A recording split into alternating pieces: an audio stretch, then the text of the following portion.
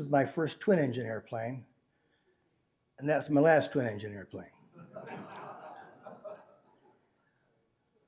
Big difference, isn't it? Yep. Yeah. Big wheels. Yeah, it was a great career, and I miss it a lot. I miss it every day. So I shortened up this program a little bit because if I go through the whole of the flight school stuff, it makes it kind of long. So I did kind of abbreviate some of the stuff from flight school. I've given this presentation to other groups that were kind of heavy with pilots. And do we have any Army pilots in the room? Really? Just me? Pardon? That's close. Yeah, there we go. Okay. Oh, okay. What'd you fly?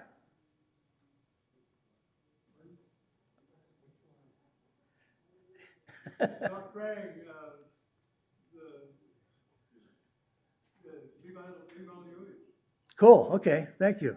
Yeah, I flew the C model. But anyway, one of the things in previous groups where it was warrant officers was when I explained what flight school was like for commissioned officers like myself, they were surprised at the difference because for them, it was still a part of their commissioning process and harassment and all that. And really for us, it was like a flying club with uniforms. It was somebody else paying for the flying and us getting paid to do it. It was, flight school was really a treat. That was July to November of '68. This was my BOQ here with my wife, and we lived in Fort Worth. We flew the H-23, which doesn't look like they could fly, but they do. It was really a cool airplane to learn to fly in. Pretty basic outlaying of the cockpit there. That's just the only instruments we had, and that's me just before I soloed right there with my instructor. They were mostly civilians for the primary part of our flight training. And the day I soloed, of course, they throw you in the swimming pool, and there I am getting out of the pool. I went into the Army with about 600 hours of flight time. I learned to fly in high school, as I mentioned. So flight school to me was really a cakewalk. I graduated first in my class, not because I'm so smart, but because I'd kind of done it all before. So my wife got to pin my wings on me on graduation day. You can see I married up. Yeah, there's another picture. And we're still married, by the way. Yes. Then we went to Fort Knox, Kentucky. I formed up with the 3rd of the 17th Air Cavalry. There were 2 Air Cav squadrons that were forming up. The 3rd of the 17th that I was a part of, and the 7th of the 17th, both forming up there at Fort Knox during the summer of 1967. So we kind of terrorized the Kentucky countryside there for a few months. The jet engine is really a simple piece of equipment when you look at the diagram, but when you look at an actual jet engine, it's pretty complex. That's the jet engine of a Huey.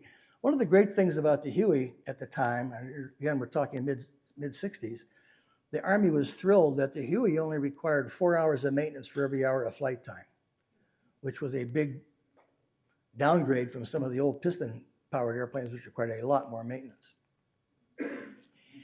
While I was at Fort Knox, this is a failure of leadership. One of the more disappointing things that happened really had me pissed off at the Army for a while. They had a firepower demonstration, and it was for the West Point cadets. And we were there they put people, we were able to come in for the dress rehearsal the day before. And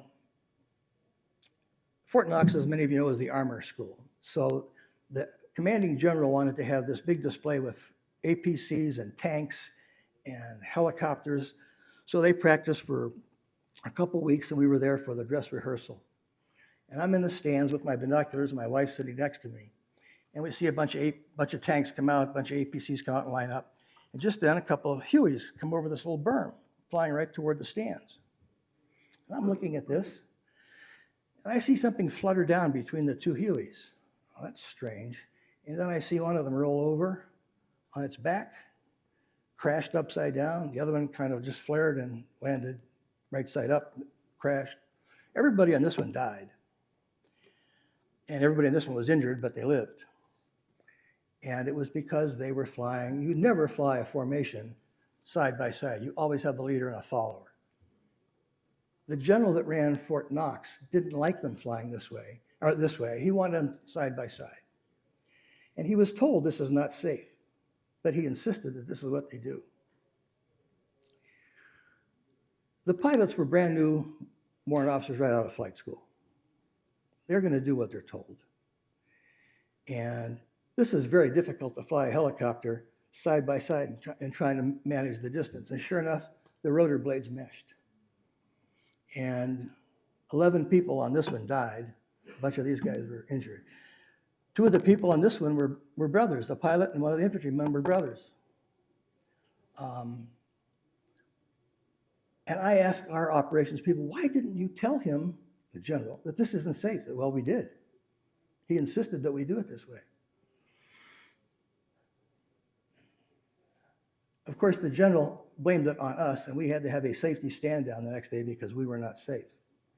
And this really infuriated me, that this general said you do it that way, and when he was told it was wrong, he made us do it, and 11 people, the blood of 11 troopers is on that guy's hands.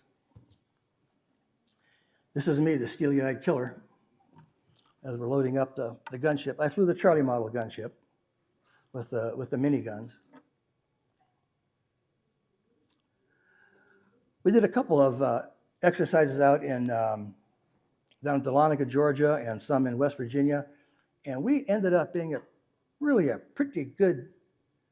I'd say we were a very good unit by the time we got to Vietnam. We flew together for the whole summer of '67. We each knew what the other guy was doing, and it was really good training. Here's the lineup of our gunships here. 4 of the best days I ever spent in the Army is when they gave us a credit card and said, you guys have 4 days to get these Hueys to Stockton to put them on the ship to get them to Vietnam. So there we are, a credit card to get gas and just 4 days to do whatever we wanted to do to get to the West Coast. So this was in El Paso. We flew everything from 10 feet to 10,000 feet. We were chasing jackrabbits across the desert, climb up nice and high to stay cool, let the crew chiefs fly for a while. It was outstanding. One of the troops, wasn't ours, one of the troops decided to change their route a little bit, and they went to Las Vegas for their stop. On our stop, and when we were at, it was El Paso. The next morning we get there, and one of the crew chiefs didn't show up. Well, where is this guy? Well, it turns out that his friend said, well, he went across the border into Mexico last night, fell in love with a prostitute and stayed with her. So his leader had to go into Mexico, had to bail the guy out of jail. He said his night in a Mexican jail was not a nice experience. But he did get to Vietnam with us. It was Carlsbad, another Air Force base where we stopped for fuel. How many guys know what that airplane is? No? No? No. It's an F-84. Yeah. They were obsolete at that time even. Yeah. Yeah. Fort Bliss. I remember I grew up in Ohio, and where it was humid in the summertime. We landed at Fort Bliss, and the humidity was 9%. And we had our swimsuits. Oh, we can go swimming in the officers' club pool. The pool was like taking a bath. It was so warm. It was not refreshing at all. It was awful. This is Phoenix. Palm Springs. Bob Hope's house is just out of the picture on the left side over there. So we get to Vietnam. So we finally get to Oakland to go to Vietnam. They flew us out in Lockheed Electras, got there. And this is at the Oakland airport. And here we are getting on the ship, being pushed out into the San Francisco harbor, Oakland harbor, under the Golden Gate Bridge. Well, I'll never forget that sight, too, looking up at that bridge, and you wonder, am I ever going to see this again? The good thing about going over on a ship, by the way, is that it took us like 29 days. All those 29 days counted against the tour. So 29 days of reading a book, getting a nice tan. A bunch of guys obviously brought musical instruments, so they're playing band. The band is playing on the deck. We had movies almost every night. The food was great. That was the first 29 days of our tour. Not too bad. My 28 days weren't like that. I will say that, I mean, I've never been on a cruise since.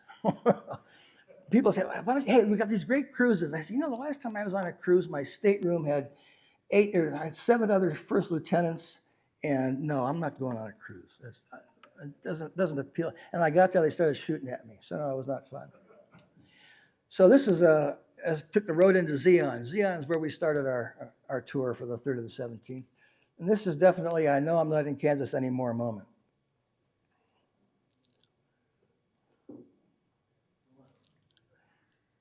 I will say that dress that the young ladies wore, that Aldai, was the sexiest dress in the world.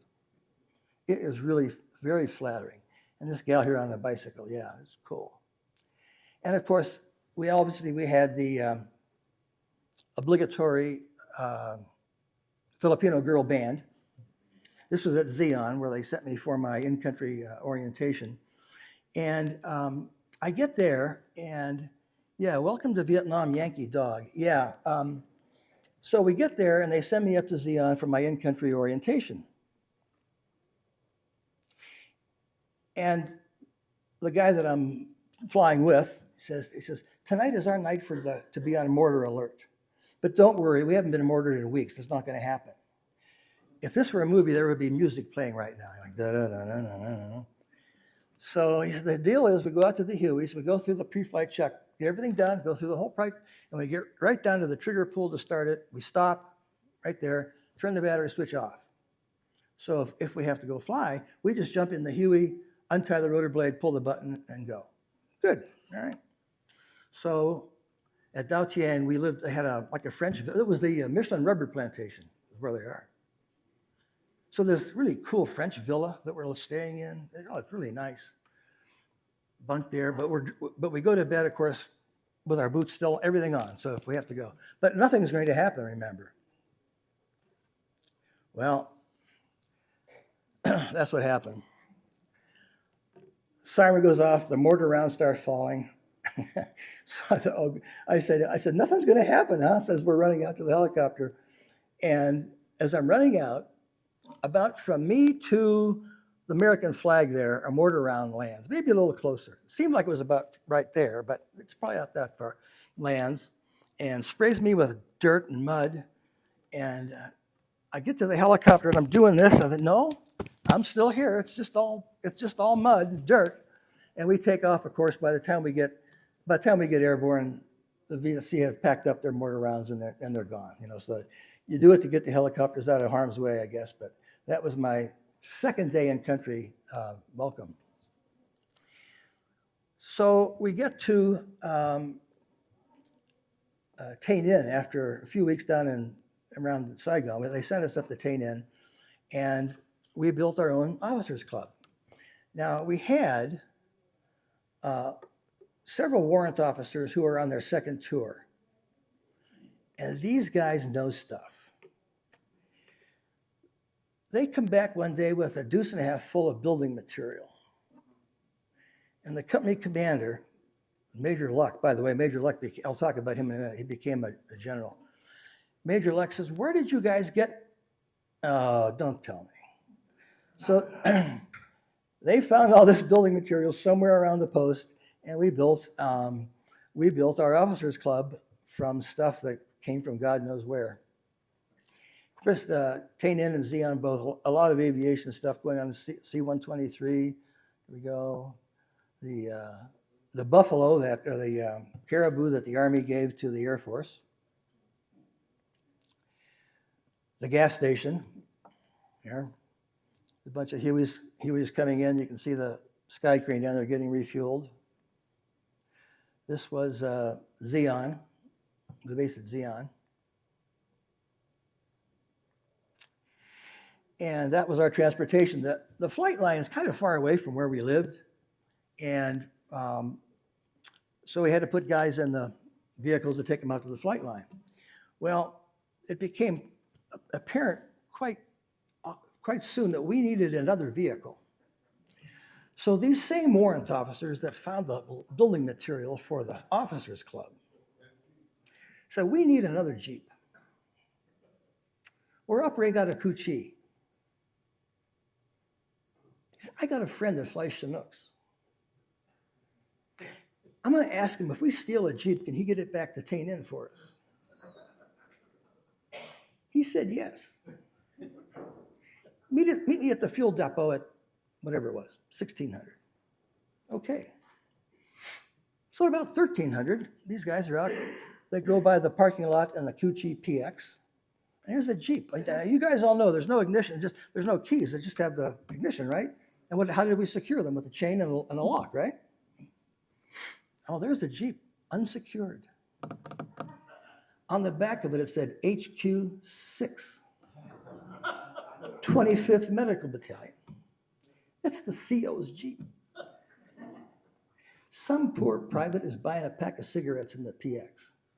And he left. He's only going to be gone in a minute. They jump in that Jeep and they drove that thing around the post until 1600. The Chinooks landed, put the ramp down, the Jeep goes up in it, and we had that Jeep for the rest of the tour. God bless those warrant officers. So that's, pardon me?